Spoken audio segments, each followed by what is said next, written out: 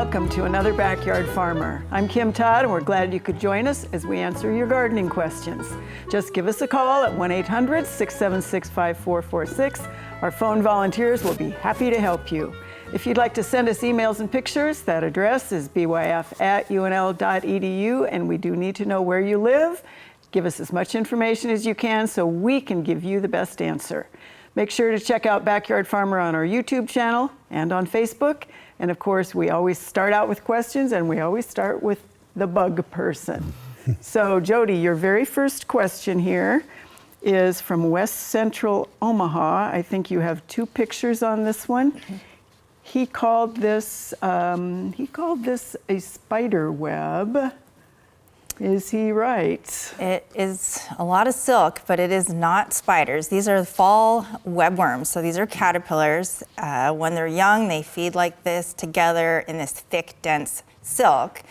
And then when they get older, they drop down and they'll pupate and they'll turn into these white moths. But right now is what you'd probably want to get rid of in your trees, so you can break up that webbing with a stick or a rake, and predators will take care of it. So wasps love eating those caterpillars, so do birds. Otherwise, you can just do like a cotton candy type thing and just take the webs and take it out of there.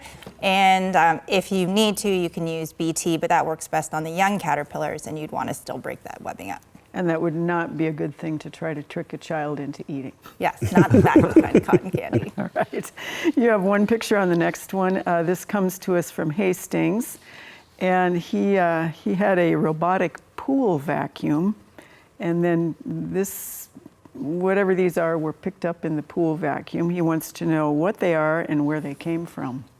Okay, so these are, we call them roly-polies here. So they're sow bugs and pillbugs. I see a caterpillar in there as well, but they're not coming from inside the pool. They're on the outside. They may be in a landscape bed. They really like moisture. Sometimes they're around vegetation, under landscape timbers or rocks.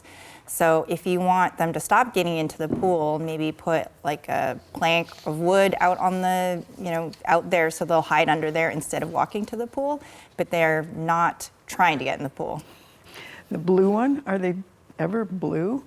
I don't know how long that one's been in there, but it looks cold. Yeah, maybe. It's cold. All right. Terry, you have two pictures on the first one here. This one comes to us from Lincoln. She says, this weed is invading our lawn from a wetlands area. It's kept mowed short, but it continues to spread. When it's pulled, it seems to have a lot of runners underground, and they don't pull up. Yeah, this is ragweed. So we've kind of talked about that, and we're seeing it a lot right now, especially in some of those landscape areas where people are mowing a lot. So it's keeping it well short, and you're gonna actually start seeing those inflorescence show. So ragweed is like one of our most common allergy plants that we deal with this time of year. So those of us who are sneezing continuously, ragweed is usually one of the culprits. Usually using a soil knife to get rid of it. You can use like a broadleaf weed killer to get rid of it, but this time of year I probably wouldn't recommend that, because it's just going to try to start pushing more of those flowers right away. All right, thanks, Terry. You have two pictures on the next one. This comes to us from Dodge, Nebraska. He has a huge infestation of this. He did send us the right common name, goatheads, spreading faster than he can pull them. He can't find any way to kill it and get rid of the seeds and prevent them from growing back. Please, please help. Yeah, so really the only thing that I'm going to tell you is that there's not a lot you can do now besides try to keep it under control by hand right now. You're going to have to probably use like a pendimethalin or something like that, a pre-emergent in the spring. So you're going to kind of treat it like crabgrass and put that down. And I would probably recommend doing like the 2 treatment one, where you put one down and then wait about 5 weeks and put it down that second time. And don't go outside in bare feet. Yeah, and don't take your bike tires there. We had lots of issues with that when I was out at the state fair. So we dealt with puncture fine a lot. All right. Kyle, your first one, you have one picture.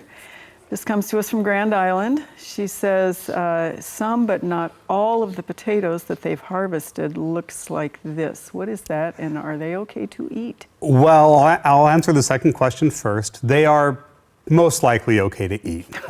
Should be fine. Which is really confident answer there, I know. But it's without actually seeing a sample, it's hard to know what is causing that discoloration. There are a few different diseases, one fungal, one bacterial, that can cause that, that vascular discoloration or that ring. Regardless of if it's fusarium or the clavibacter rot, as long you can still eat it, so All still right. fine. Yeah, just cook it first. Yes. You have one picture on the next one, Kyle. This is an Albion viewer. Planted this cherry tomato in a raised bed, thought it was great, then thought herbicide, never grown out of it. Is this a virus? And then you have two pictures on the next one, which is a different viewer, which is also tomatoes. Yeah, it's a lot of, it's tomato season right now. And with these here, not really sure what is going on. There's just a general wilting. One thing that we did notice is there is a black walnut behind these tomatoes, and potentially, we can always have that phytotoxicity or that allelopathy that can occur with the juglone toxin from black walnuts. Otherwise, but with this tomato, if it is continuing to produce fruit, that fruit will be fine to eat. I wouldn't use it for canning or anything like that, but you can still consume the wilted fruit. The other one that was maybe a virus or some potential herbicide issue, without an actual sample to test, we would have no way of knowing. Could be a heavy dose of herbicide, and so it just kind of stuck with it. Could be viral, could be a herbicide in the mulch as well. So a few things, but regardless, it's probably not going to produce a whole lot for you. All right. So Kyle, last year we had a tomato in the backyard farmer garden that looked like that second one. It did. All the time, and it was just sad. It wasn't sad. It produced very well. We think that that's just what it did. All right. I mean, sometimes plants just don't Do look that. all that great. All righty. Jeff, you have three pictures on the first one. This is really fun. This is Bayberry, 25 years old. He would like to cut those big ones back and kind of start it since it's been spreading to the edges. Remove the older and the outer. He doesn't know whether it will kill it, but he Right. really would like to cane it out essentially. Yeah, so I have a close personal relationship with bayberry. I've had them at home for a long time, and just this year decided to go ahead and just rogue them out, as someone likes to say, just because it wasn't producing very well, and it was starting to die back, and it wasn't spreading very well. So I think one of the big issues is while bayberry may grow and mature to a certain level for us, our soils really are not right for it. And so, we're kind of in that middle here, obviously in Nebraska, so we can grow some of these things, and some of them don't do super well, but they do well enough. And then, you have to call us to find out why they're not doing well enough. So I think if it was me, I would cut my losses, and I know they want something 4 foot tall, 4 foot wide, and maybe look at a viburnum, maybe like a Korean spice viburnum, or even an arrowwood, which will eventually get much bigger, but there's a lot of choices out there. So that's what I think I would do. 25 is a long life for a bayberry. Yeah, right, in other it's words. done well. All right. You have two pictures on the next one, Jeff. This is a Lincoln viewer.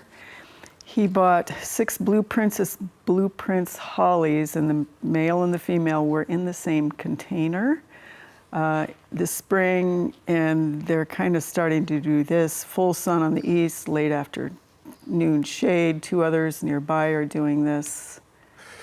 Yeah, so it's another case of, well, first of all, they've done a lot of work to try to do it right. And they've probably placed them in the right place. So, they've given us a lot of thought, and I think that's great that they've done that. I think hollies are another kind of finicky plant, and certainly on campus we have them in a lot of places, and there's certain places they do really well, and other places they just never really thrive. So I think, monitor your moisture. My first suggestion is make sure they weren't planted too deep. That'd be kind of the first thing. Make sure that they're moist but not wet, and just be patient. Hollies tend to lose some leaves this time of year, especially some of the weather we've had lately. So I wouldn't give up on them, but know that we're on the edge for those. Well, and the boy and the girl in the same pot might already be Yeah, I know, and arguing with one another. I would never suggest that, and I know they do that with a lot of plants, they'll combine Right. them, and Yeah. I wouldn't suggest you do that. All right, thank you, Jeff. Well, you know, most oak trees are going to thrive in Nebraska's climate, and we've recommended a lot of them for years on the show. That does not mean they are trouble-free. For our next feature, Graham Herbst from the Nebraska Forest Service shows us one disease that might not be so easy to diagnose.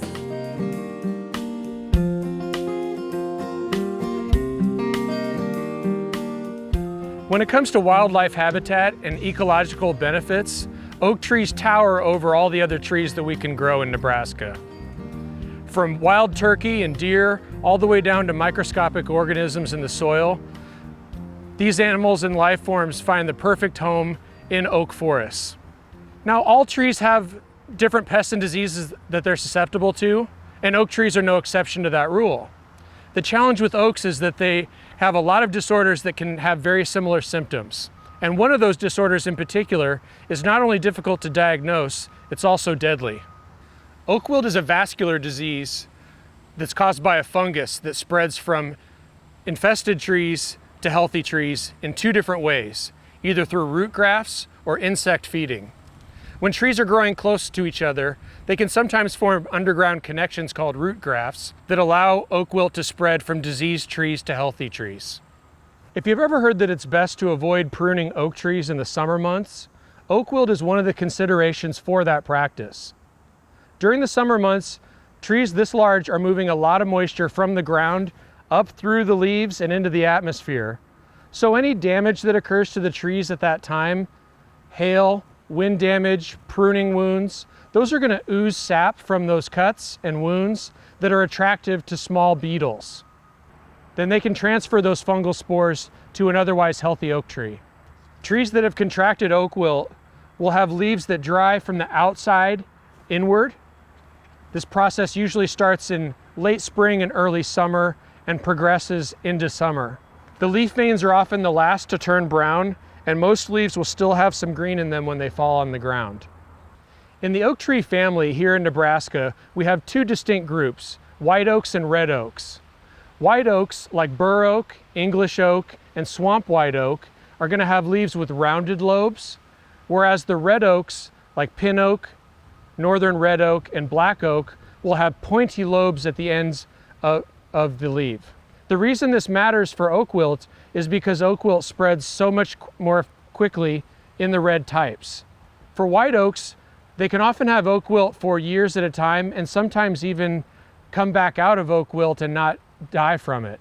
Red types can succumb to oak wilt in as fast as 3 weeks. If you have oak trees displaying symptoms like the ones we show, your best course of action is to either get a hold of an NAA or ISA certified arborist, contact your local county extension office, or the plant and pest diagnostic lab. You know, with any tree, shrub, or other plant, those diseases, those pesky sorts of things that you don't know what they are, as Graham said, you call your extension office, you get a certified arborist if it's a tree situation. Of course, you can always ask us, or you can send a sample to Kyle. We are up with questions again. Jody, you have one picture on this first one. This comes to us from Bayard in Morrill County. She says, he says this organism hovers like a hummingbird. What is it? This is a 5-spotted hawk moth. So as a caterpillar, it was probably a tomato hornworm. So we didn't like it too much then, but it's harmless now and it's a pollinator. Now it's beautiful. Yes. All right, you have one picture on the next one also, Jody. This one comes to us from Omaha. She's seeing these dirt hills that have appeared suddenly. First there was one hole, and then she noticed a large wasp-like creature flying protectively around the hole. More dirt, no more insects. She does have a native pollinator garden in process, and she doesn't want to use chemicals.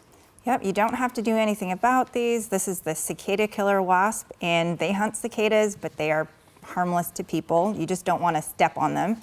They should be finishing up here now, but there's not any problem with them there. All right, Jody, one more picture. This one is Seward, lots of green worms and caterpillars in the tomatoes. a red one. Do you ever see red ones in tomatoes? Yeah, well, there's a variety of caterpillars that like to feed on tomato, and this one's actually the tobacco budworm. So there's all different colors of caterpillars that feed on tomatoes and different species as well. All right, excellent. Terry, 2 picks on this one. Sorry, 1 pick. Numerous times you have talked about a soil knife. We have a viewer who said it would be nice to see one and have you talk about how you use it. Well, I brought mine in. You can tell that it's well used. It's just basically a long knife. It's kind of got a nice handle. I don't have big hands, so those of us who have small hands, it fits very well. It'll go down 6 inches into the ground. It's got a cutting edge, so if you get new plants and you need to kind of cut up some of that root zone or something, if you have roots that are compacted in the pot, and then you can even cut your twine. So, and it fits in your back pocket. Perfect, pointy side up. All right, 2 pictures on the next one. This comes to us from South Lincoln. He planted wildflowers. They look great, surrounded with these plants, these 2 picks. What are we gonna give him for advice? So I'm not for sure what these are. They wanted to know what they were specifically, but my guess is that your wildflower mix most likely probably has some perennials mixed into it. So you can look at the back of the plant or back of the list and see if you can see what they are, but maybe wait a year and see what they do and see what bloom comes out of them. All right, perfect. All right, Kyle, you have 2 picks on the first one. This comes to us from Gretna last September. They had Millennium Allium, and one of them started doing this. And this is very common right now. We think this is aster yellows, or the same type of organism as aster yellows. Whether we're still trying to figure out whether or not it's the exact same, if it can move to your coneflowers or not. But it's a phytoplasma, nothing to do. If you don't like it, you'll need to remove it. If you do like it, then it'll spread to the other ones and you'll have a lot more flowers. So. Perfect, or not. All right, 2 picks, Kyle, on the next one. This comes to us from Bruning. It's a 4-year-old peach tree.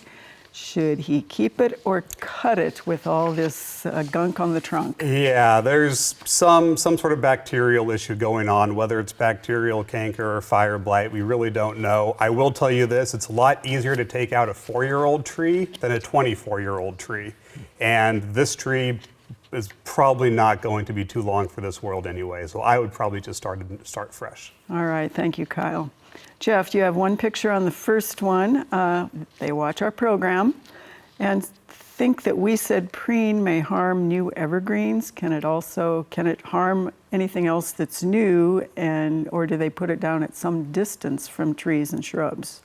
Well, you know, they should look at the label of the product, and that'll tell them how to use it. And preen is labeled, or spruce and arborvitae, and the plants that I see in the picture are on the label. So I think that they're safe to use it. At the same time, I think with any new, especially young plants, you know, I would keep any kind of herbicide, pre-emergent or otherwise, out of the new root zone of those plants, regardless, just to be safe. So. All right, 1 picture on the next one, Jeff. This viewer has had it with her garden. She traveled a lot. She's getting rid of it for this year. She's wondering what she can spray, and the garden, I think, is the weed patch. Right. So that she wants to kill all the weeds, and then she's wanting to get it cleaned up. She wants to till it and maybe put fertilizer down. Yeah. So based on the time of year that we're at right now, and I know she wanted to get the tomato cages out of there, I think I'd go ahead and you might have to work a little harder, but I'd pull those out. I would suggest just mowing that down at this stage. I don't see any point in applying a herbicide. You know, if you wanted to use something like a glyphosate, I would mow it first and see. We have plenty of time here. Our growing season isn't over by any means. So if you have brome in there or some other kind of perennial grass that you'd want to spray out before next year, then you have plenty of time to do that. I wouldn't fertilize. You're just wasting the product. If you want to put compost down or purchase some compost, that would make sense to till that in. But yeah, I wouldn't apply fertilizer now. All right, excellent. So, we have had some really great welcome cooler weather in a part of the state in just the last couple days or so. Fall is right around the corner. So once again, here's Gannon Rush from UNL's High Plains Regional Climate Center to tell us what to expect for the coming week. Thanks, Kim. Temperatures on Friday and Saturday will be in the 70s in the eastern part of the state, and out west they'll be near normal for this time of year. We'll begin to heat back up on Sunday, so get out and enjoy it. By Monday, much of the state will be in the 90s. The rain outlook for this week is pretty bleak. There are a few isolated storms possible over the coming days, but the greatest chance of rain seems to be the middle of next week. While we haven't talked about it much this year, drought is becoming a bit of an issue. There is confidence of above normal temperatures and below normal precipitation for the near future, which does not bode well for the state. Currently, nearly 70% of Nebraska is abnormally dry and 30% of the state is in drought. There are two epicenters, one north of Scottsbluff and the other in the southeastern part of the state near Superior. And that's your weekly weather forecast. Back to you, Kim. EDU. Of course, right now it is time for the lightning round. So let's see, let us start with you as always, Jeff. Your first one comes to us from Lincoln. She wants to know, should she cut her asparagus down and fertilize it for the winter? She can cut it down. Again, I wouldn't worry about fertilizing it this time. All right. We have an Underwood viewer who has big clay pots in Omaha, 4 feet tall, 36 inches around. He wants to plant daffodils in them so he has a great spring show, and he's wondering if they'll survive the winter or will it be too much freeze thaw? I think between the pots and the daffodils, both will fail probably by winter, by spring. So I think you'd ruin the pots and the daffodils. It's hard to say. All right. We have a Madrid viewer who has a small multi-stem catalpa and a small multi-stem redbud. She wants to prune them to a single. Should she do that now or in the spring? I'd wait till spring. All right. Another tulip question. This is a Lincoln viewer who had tulips one spring and then nothing. Are they not perennial? Well, they are, but not in all places. So sometimes with tulips, it's something you have to plant annually. So. All right, and no time for another one, so you did pretty well considering that one was a long question.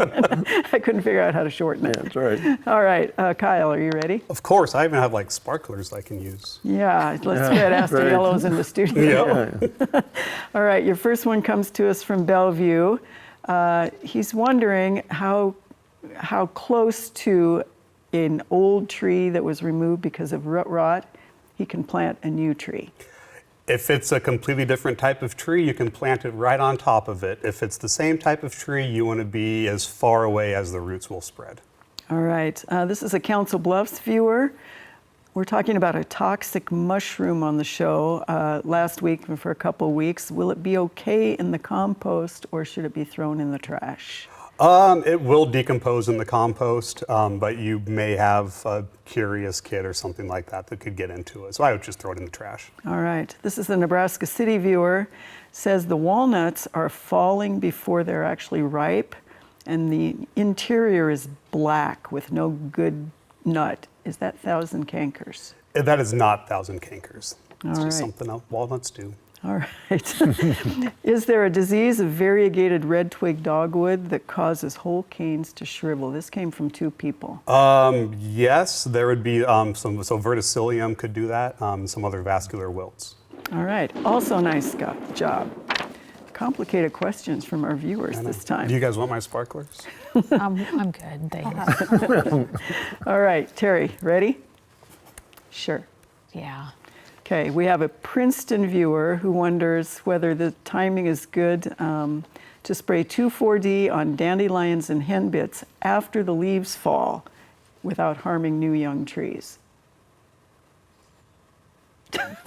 No, that would probably almost be too late. You probably need to start spraying them now. Yeah. Yep. All right. We have a Columbus viewer who wants one herbicide that will kill nutsedge, crabgrass, and clover without harming the lawn. Good luck. We have a Waverly viewer wondering, they want to spray glyphosate to reestablish fescue. This is glyphosate on brome. They wonder how long they have to wait before they can reseed in that spot. You can wait only about a week to reseed if you're using glyphosate. All right. This is a viewer, we don't know where they're from. They have a new seeding and it was mulched with homemade compost. They're wondering, is that a better option than straw or hay for the health of those new seedlings? The only thing I'm going to tell you is that the compost is going to dry out faster than the straw or those kinds of other things. They're going to stay moist longer to keep that seed bed moisture. All right, Jody, you get to be the tiebreaker. Your first one comes to us from, she said, South Central Nebraska. She says she has little tiny black bugs that are eating her tomatoes. She wants to know what they are and how to get rid of them. Well, I don't know what they are, but there's a lot of bugs out there, guys.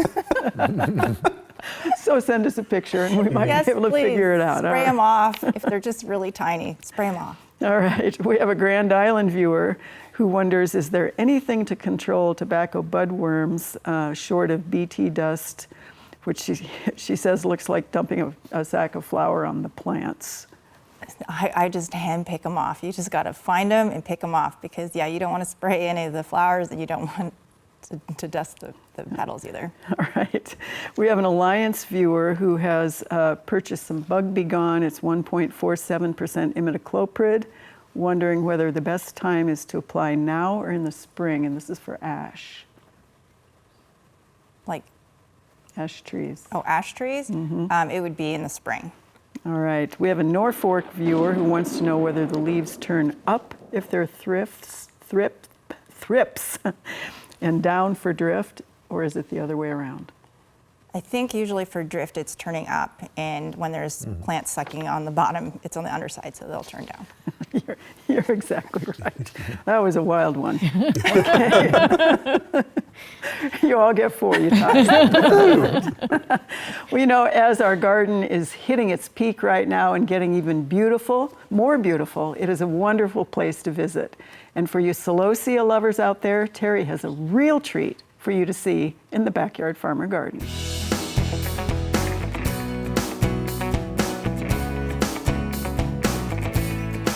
This week in the Backyard Farmer Garden, we are enjoying some much appreciated cooler weather. The garden's still looking fantastic, so even though we are narrowing down on our TV season, we are going to always have the garden open for you to come and visit. We want to look at another plant for an All-America Selection winner this week, the Burning Embers Celosia. We've seen lots of celosias, and this one I'm actually pretty impressed with. It's one of the flame ones, or one of those kind of upright feather ones. It's staying really true, really dark, hasn't faded much at all in the heat and the sunlight that we've had. It's bred specifically for its bronze foliage, so it has that kind of added feature of that kind of different color of foliage, unlike most celosia that have kind of that green foliage. The dark pink veins are contrasting nicely with that vibrant pink flower plume. The plants are really well branched, and I'm just really impressed by how well they've been doing it. A lot of the judges that judged this during the trial said that it was one of the largest and longest lasting flowers of celosia that they've ever trialed. So stop by the Backyard Farmer Garden and check out Celosia Burning Embers. If you would like to check out that beautiful celosia, do scan the QR code, which will be on your screen pretty quick here. While you're doing that, Jeff is going to tell us about this week's plants of the week. Well, you have 2 very interesting plants here, and 2 kind of giants in their field, own, yeah, right? Yeah. So we have this Dallas Blues switchgrass here, which is a very big switchgrass, has very wide blades, 3/4 inch wide bluish blades. And it gets, again, 5-6 feet tall, 5 feet wide. So as switchgrasses go, it's a big one. Pretty, excuse me. So these nice little pink inflorescences getting ready here. So it might be one that gets so big that you're going to want to tie it up. Right. Because it can kind of get floppy. Right. And I have just regular switchgrass at home, and it does that as well. So. And then our other flowering shrub that we have here that she brought in is a favorite of mine. So it's 7 Suns tree, Heptacodium micronoides. I like saying that a lot. Because you don't hear that very often really in conversation. It's it hard doesn't to bring roll it off the tongue. So it's kind of a honeysuckle-like shrub. It has kind of a flaky bark. It can get very large. I have some at home that are 15 feet tall. It flowers later in the year, so it's kind of nice in that it flowers in the fall, one of the few things that do. And it has a fragrant flower as well. It kind of reminds me of gardenia a little bit. The upside to it is, because it flowers so late in our climate, is that it's not invasive. So it doesn't set seed. So you would think something that flowers so much and looks like it does, that it's going to be kind of a problem, but it just never sets seed. So it's not a problem for us. So, but it's a fun plant to use. It's a little unusual. You need a big space for it though. So. And all the pollinators and the butterflies love it. Yeah, right. Yeah, there's not much else out there. So yeah. That's right. Yeah. All right. Excellent. Thanks. Great job, Jeff. So of course we always have announcements of really fun things in the gardening world. We start pretty much as always right now with our announcement of the BYF Garden Grow-A-Row produce donations. And then, and that is still on Tuesdays from 4:30 to 7:30-ish in the Backyard Farmer Garden. Our second one is Art in the Garden, which is this coming Saturday, 10 a.m. to 6 p.m. here at Sunken Gardens in Lincoln, and that's always a really, really fun event. Ian, and we are going to you, Jody, with some really cool pictures. The first one here comes to us from Norfolk. Wants to know what this is eating his leafy spurge and hopes that we can get 1 million more of them. Yeah, this is a gorgeous caterpillar. This is the spurge hawk moth, and yeah, they feed on all things spurge. Perfect. All right, 2 picks on the next one. This one comes to us from Alliance. Simple question, what kind of caterpillar is this one? I think we have another picture that's maybe a little closer. Yeah, this is another sphinx moth. This is the Pandora sphinx moth, and its host plants are Virginia creeper and grape. Perfect on that one also. We have 2 pictures on this one.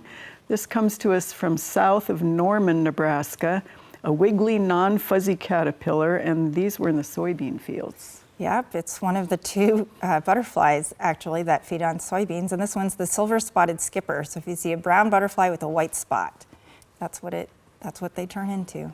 All right, and Gretna, 1 picture. Has not seen this before. It's on a fern. It was about 3 inches long. Well, these usually get to about 1.5 inches long, but this is the Florida fern moth, and they feed on all ferns. And how in the world it came to Nebraska from Florida is... They're pretty common in the eastern part of the state, and they go as far west as Nebraska. All right. Terry, 1 picture on this one. This comes to us from Paxton. And she's saying this is very thick in the lawn. What is it, and what can she do about it? I think this is yellow foxtail. You can actually use a quinclorac to put this down, but make sure that when you apply it, you get a spreader sticker. That will help keep it, because it's really glossy leaves, and that'll help keep that chemical on it and get a better control. All right. You have 3 pictures on the next one. This comes to us from Stapleton.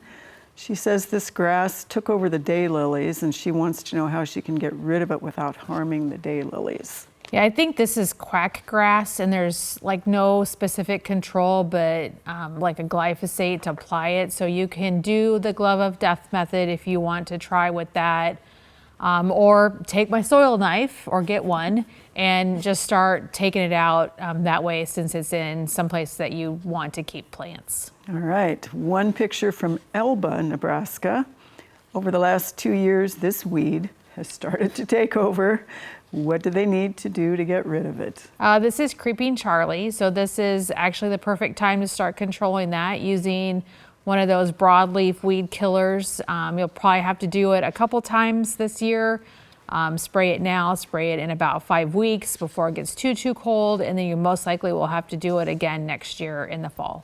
All right, and 1 more for you, and this is simply a what should they do? And obviously they're looking at the eyeballs there that are green. Yeah, you know, I looked at this and I kind of wondered if it was a disease, but it's too perfect to be a disease. My question is what was going on in your yard when this all happened? So I think I need a little bit more, but now would be the time to control or to fix it. So, you know, get an aerator out there and aerate and then overseed. All right, nice job. Kyle. Ready. 1 pick on the first one. This one comes to us from Aurora. She found these under the surface of the mulch in her flower garden. When you break the outside, there is a jelly-like substance You surrounding found a bunch of eggs. a thing. Yeah, you know, fry them up and have. Yeah, you know, a fried stinkhorn egg sandwich maybe. And so these are eggs of the stinkhorn mushroom. You know, that kind of phallic-looking pillar that comes up that gets really stinky and typically has a slime on the edge. So All right, so just kind of fun. just and just deal with them. All right, this one comes to us courtesy of Jeff's son, who found this in Minneapolis. What is it? Yeah, so this should not have even come to me, so I should file a complaint or something. But it's not a mushroom, but it's a parasitic plant. One that I had never heard about, but it's a ghost pipe. And it forms a symbiotic relationship with mycorrhizal fungi in order to basically steal nutrients from the trees that it's around. And so it's a parasitic plant with no chlorophyll. Super Perfect. cool. So Jeff should have gotten to answer the question. He should have. Right. All right, 2 pictures on this one. This comes to us from Northeast Lincoln. This is growing on a dead tree in the vacant lot next to him. And what is it besides pretty cool? These are dryad saddles. Another common name is pheasantback mushrooms, Polyporus squamosus. They're very common on dead and or dying trees. If caught early on, they can be good eating, but once they are fully mature, they get pretty hard. All right, and one more. It's shroom time. This was found several times in the backyard in the last month or so. She's pulled them and she seems to get the whole thing. She's wondering what was the cause. She is discarding them. Yeah, and so the cause, well, wet weather, and it's been warm too, and then there's probably some sort of woody material. As for what type of mushroom it is, it's hard to tell for sure from these pictures. Some sort of agaric, but we have been talking about the green spored polypores, and so if you are seeing any white mushrooms in your landscape that have a green pores on the bottom, you'll want to make sure to get rid of those because those are the toxic ones that we've mentioned. All right, and one more, and this is way cool. She found this in Fontenelle Forest. Yeah, it's some sort of slime mold, possibly the raspberry slime mold, but again, yeah, mushrooms are awesome. They are. All right, Jeff, 2 pictures on the first one here. This comes to us from Talmadge. She has a maple that's been losing leaves for the past couple months. She doesn't see anything on it. She has been watering it. Yeah. Well, maples have very shallow root systems, and these are young trees, and I don't see any mulch around the base of these trees. So they're out there, and even though she's been watering it, they're fighting the climate and they're fighting the turf that's also trying to take the moisture away. So we need to get mulch rings around these trees, something like 5-6 feet wide around each one with 2 inches of mulch. And that should help these trees get through this. All right, 2 pictures on the next one, Jeff. This is also a maple. This is, he's calling it Norwegian. It's probably one of those hybrids. Right. Planted last October. Over the summer, the tree has gone from green to yellow, and now it looks like it's dying. Yeah. Well, to me, again, I think it's stressed. And so I think same sort of answer as the first one. We need to get some protective mulch in there. I would double check and make sure that the tree isn't planted too deeply. So we want that root zone right at the surface. So make sure, and it's a young enough tree that, and this is the right time, that if it seems too deep, go ahead and try to work it, see if we can lift that up and water it really well and get a mulch ring in there. All right, thanks, Jeff. 1 picture on this one. This is a red bud, about 8 years old. This is in York. Was looking great all year, and all of a sudden half of it died. Is there any hope, or can we figure out what went wrong from 1 picture? The base of the tree narrows as it goes Right. into the ground, which is kind of a concern to me. So again, is it too deep? What do we have going on there? But obviously the plant is not growing at the base there. So I think, get a new red bud. Exactly. And 1 from Lincoln. She has a birch, and she said in just a few weeks, the top looks like it's dying. If you look close, it looks like it's a river birch, Yeah. probably. Right. So river birches are cool trees, and there's a lot in my neighborhood, and I know when I worked in Omaha, there was a lot in Omaha. You know, again, I think we're on the edge for river birch, and they have very surface roots. So again, you have to watch that, make sure that we're taking care of those, like I answered in the previous questions. And river birches do that. So it's going to get smaller as we, kind of like people. They get smaller as they age, and river birches tend to do that. So, yeah, and you don't have to remove the tree to Right. get the dead out of it, but be prepared for it getting smaller. And the word river. Yeah, right. It's not very wet Yeah, right now. right. All right. Well, so many times we care for our landscapes and gardens to get them going in the spring, keep them going in the summer. By the time fall comes around, we're tired of them, they're tired of us, and there's a lull in making sure they're taken care of. So here's Jeff to remind us that good watering in the fall is critical to your landscape's health in the winter.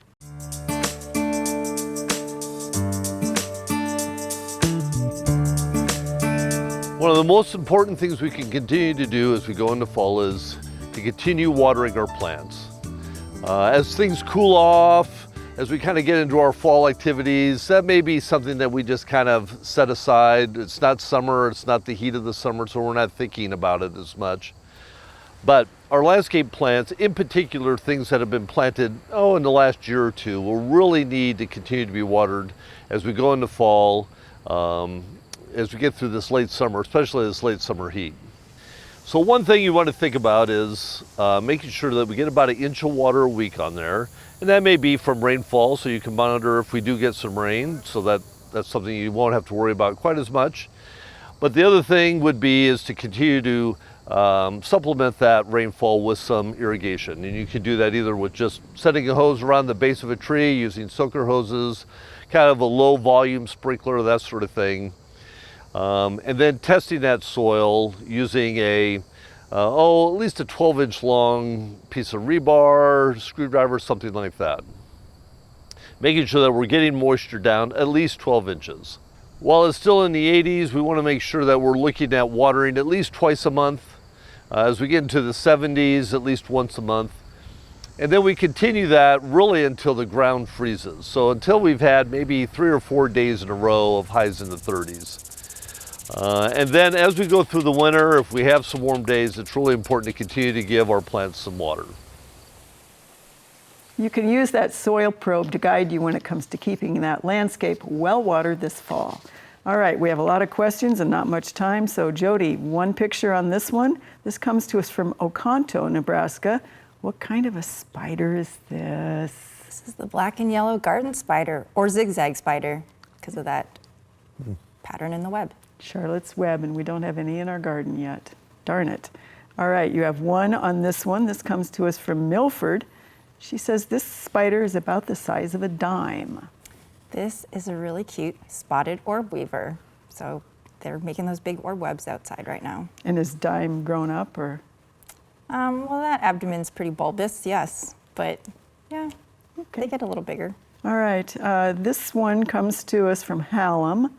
He found it in the garage today and wonders what this is. This is a really large moth called the black witch. Common? It's pretty common. You can find it throughout the U.S. and depending on what your culture is, it's either lucky or unlucky. Whoa. Yeah. The money moth or the butterfly of death, Oh dear. Yeah, Good luck. yeah, it depends. All right, and then I think you have one more, Jody. This one comes to us from Columbus. What is this? This is a black horsefly, and this one's a male, so it doesn't have the scissor-like biting mouth parts, but the females do feed on mammals.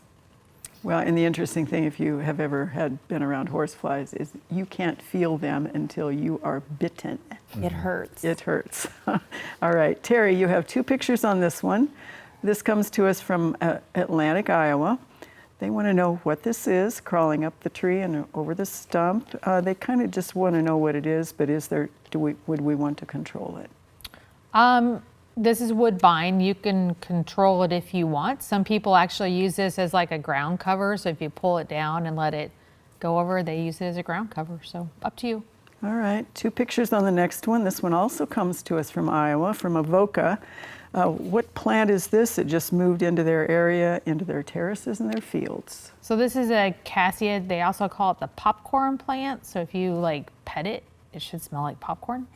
It's an annual here, like zones 9 to 11. So it'll just seed itself about. You can keep it or get rid of it if you want. All right, and from Lincoln, what is this growing in his yard? He thinks this is an unusual plant growing. Well, it is a plant, but I believe that perhaps there was some pre-emergent or post-emergent of mesotrione put down, and that's what is doing this. That's what mesotrione does on existing plants. Yeah, so in other words, all that ghostly white grass in people's lawns right now is not alien.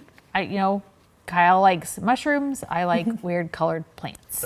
Okay, Kyle, let's see. You have one picture on the first one, helping a neighbor, a large patch of lily of the valley, north facing. The leaves are turning this rust color. Happened last year. Is this too much sun or not enough water? I don't think it's a water issue. I do think there is a sun component, or at least a heat component, that they're getting a little bit fried. But there is a fungal leaf spot, a Iridiobasidium leaf spot that can kind of come in from the tip down and cause some of those lesions. A broad spectrum fungicide should control that. All right, Omaha, cucumbers planted 5 weeks ago, and they're doing this. Is this the virus? It is not the virus, whatever the virus is. Most likely some sort of, probably an angular leaf spot, one of our bacterial diseases. Really nothing to do about it right now anyway, so. All right, and 2 pics on the next one. This is cherry trees this spring, and they're showing these leaf spots.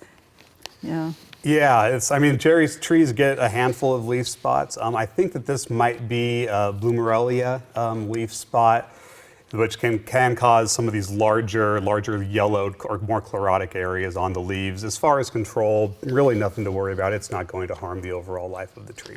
All right, Jeff, one picture on the first one. Wondering what's going on with the watermelon.